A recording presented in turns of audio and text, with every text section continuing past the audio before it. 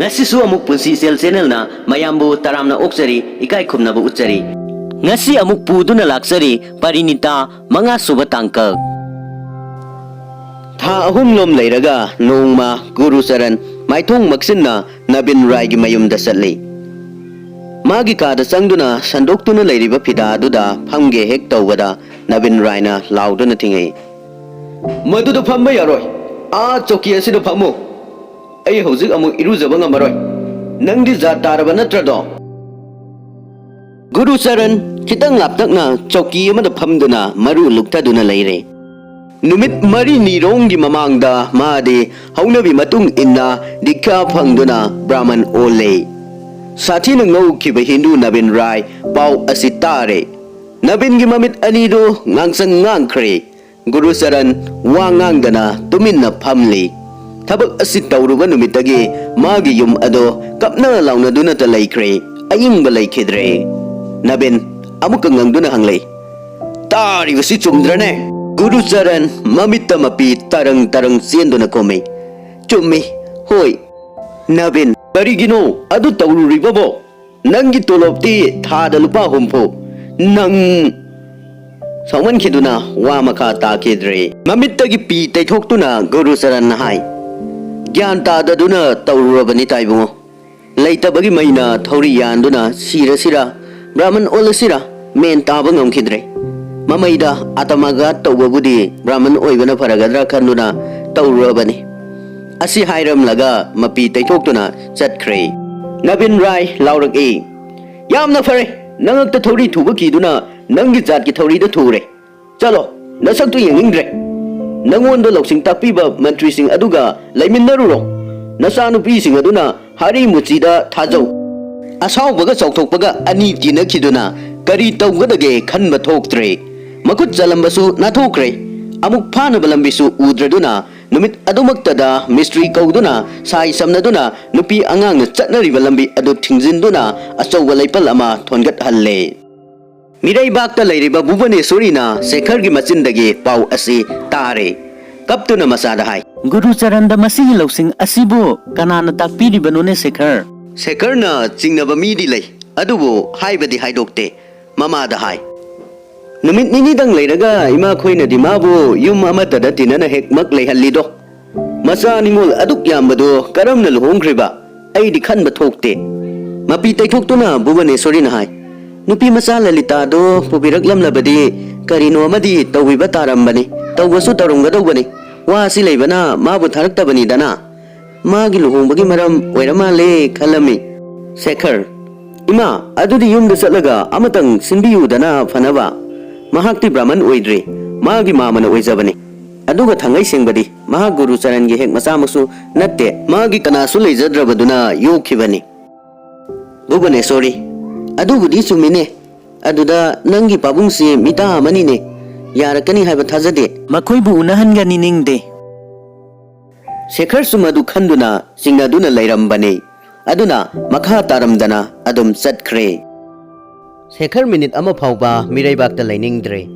Numit nini humni wakhal tawduna koichat chatlamlaga nongma sandhya matamda mamada sangaktuna hai. Nungairaktre yumda chalasina ima.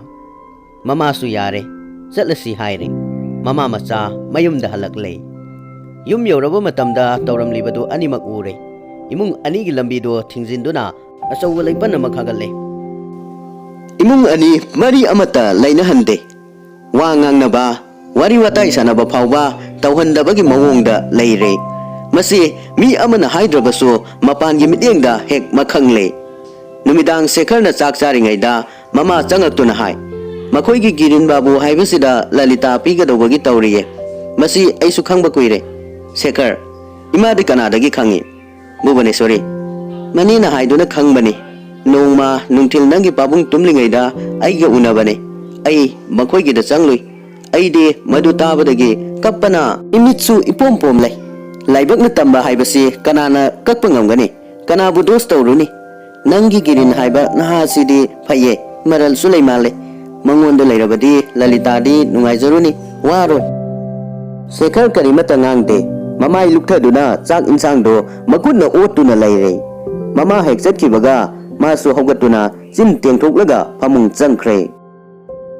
Mathangi numit ado yasangba matungda ngahak koithok uge haiduna mapal thoklak Guru Saran gida niti gisa thakpagi sabha ado phamlame. Yamna nokheduna wari sarame. Mayam lawbaduda Shekhar karino ma khanduna ngahak lepli.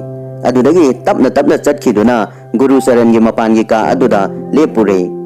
Ma ubada mayam langlambadu tokre. Aduga ma ubada mayam sapham hanjilli. Shekhar halakle haibasi Lalita natana atay amata khangde. Ngasidi Girinne atopa nupa amane leirame. Nupa aduna Shekhar bu munna yengi. Girinde yamna singlem phaklanglom da yengduna lay. Khwaidagi yamna lauribana Guru Saran ne. Magi nakta phamduna Lalita cha semlami. Cha semna mamaya muktang haigatlamlaga adum lukthakre. Shekhar sangatuna khurumlaga nakalla maromda phamlaga noktuna hairagi. Karino mayam tumin laikhrena. Guru Saran khol yamna nemna asirbat tawbagum tawi. Kari hairibano dude mayam tade khangde. Guru Saran gi phibam mado Shekhar na ningthina ui. Mabu matam pi boina maranai wari haudu Mana ngarang ayuk gari tonglakpa mama gi anaba faba. Nongsuplong gi wa asina singba mayam ngangluraga pakhang anoba ama phamlebado yengak Guru Saran su magi phibam khara taraklai. Pakhang adubo Girin babu gi marupni haidona tak Lama mata dalai lairik su tamin nai. Phano phaba nahani. Siam bazar dalai. Asida itat tatana laktuna wari watai samin nai.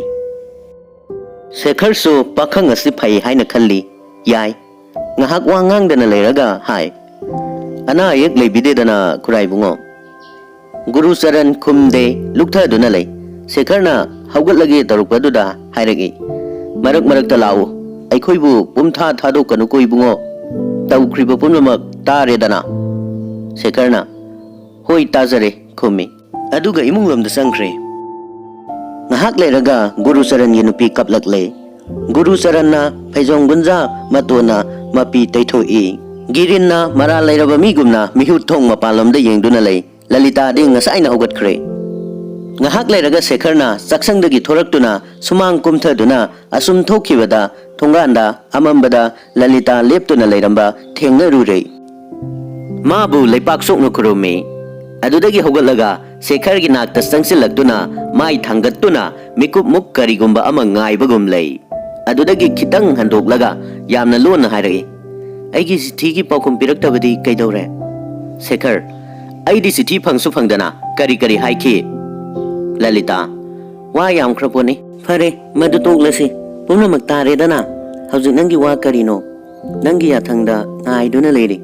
Shekhar aigi wa na kari tawni hauzikpo. Lalita karino ni hairibasibo.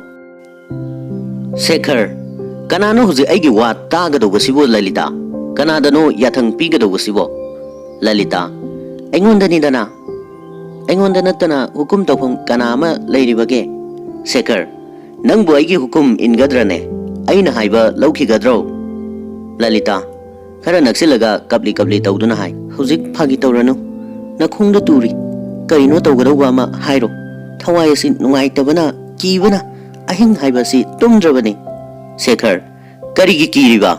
Lalita nahak suinakta leite imasu leite. Aikhoigi mamana tawrakliba mata asida Imana ibu pusiningdrabadi. Shekhar madu madi chumme. Imana nangbu pusiningaroi. Nakhoigi mamana mi amadagi paisa yamna lausile haibasi ima tare. Aduda sunatana hauzik nakhoina Brahmani do aikhoina Hindu ni do. Tanja asida anakalina saksangdagi laurei. Inama imana kauri. Lalitana lae haina kumme. Adudagi khara nemna hai. Imagidi imani nanga aigasu amhani. Imana nangbo thadokpa ngamdrabadi aibusu thadoklo. Aduga Girin babu gi lupa lawi haibadudi aina singdokhrabani. Shekhar lupa aduk yambadu nang kadaidagi lauruduna singani kanadagi phangani. Lalitana Shekhar bu munna yenglaga hai. Nupi na sel phangbasi kadaidagi phangi kanadagi phangi nang khangdraw. Khwaino phangnariba mafam adudagi aisu phangani ye laugani ye. Shekhar su wadi yamna haina Yamna liri khoiri na ngangi. Manungdadi prok prok sagle.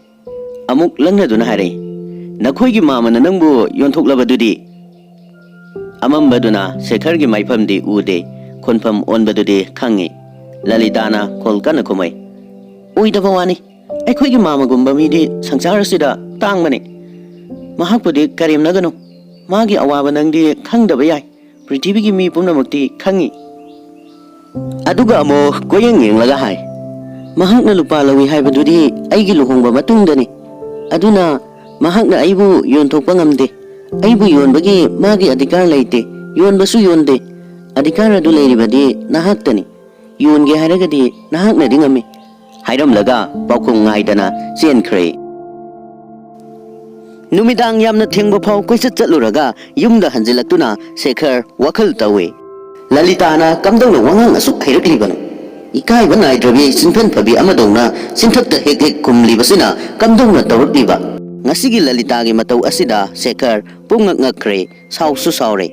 Munna khanthaduna yenglabadi Lalita gi mathakta saupam tokte. Masa mathanta gi mathakta saujagadobani. Lalita thaduktuna handak tha taruklom miraibakta leiba matam asida masagi nungaiba awaba amang atong punamak yamna munna handuna thiduna yengi. Magi punsida Lalitaga thokpa yararoidoba kisi amana punkhre.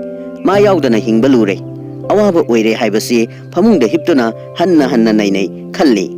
Lalitana angang pisak oiringaidagi makhoigi imungda itot-totna duna lakpa maramna mabu amo top-topna imung asida mama mapa amadi masan masagi thakta pusinduna yengudre yengesu khalludre. Lalita phangadawa mandre ahal lamanasu ma luhongba yararoi. Lalita migi oikhiba yare haiba nungaitaba wakhal asina mabu adum pukhre. Aduna mana miraibak satkadauba nongma watlingaigi ahing aduda namduna lay pareng hukhanduna wakhal asigi selase laikhibani. Guru Charan Dharma onkhre haiba tabadagi Lalita nanthokra dara haiba wakhal asina magi laina oikhre. Adubu Lalita gi ngasigi lautup lakoi leitraba wangang adu tabadagi Sekhar gi wakhal gi sel amaromda amuk chenkhre. Nahana Lalita phangarodra haiba wakhal haujikna Lalita thadokpa yararodra haiba wakhal. Syam Bazar gi wafam adusu kaikre. Makhoisu lupa adu yamna piningde. Nupidu Sekhar gi mamage su mapuk taade. Asongi simadi Sekhar nanthokle. Aduga Nabin Rai de lupa lising tara gunge asa thadre. Madugi honabasu toktri. Kari tausige khalle yamna lure. Ahing thabanda thokiba thaba aduna asuk lurakani asuk chaurakani haibasidi ma di khalhaude. Lalita di ma luhongle haiduna chap leptuna leikhre.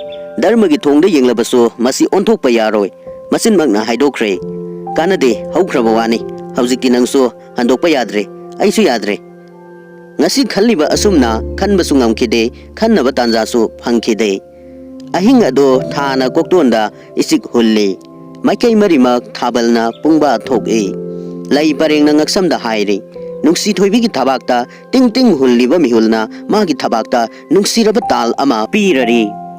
Nungsi khau langbasingna simbangi amritani haina khangnariba amrita du thaklubadagi akanma mayai amasu kari.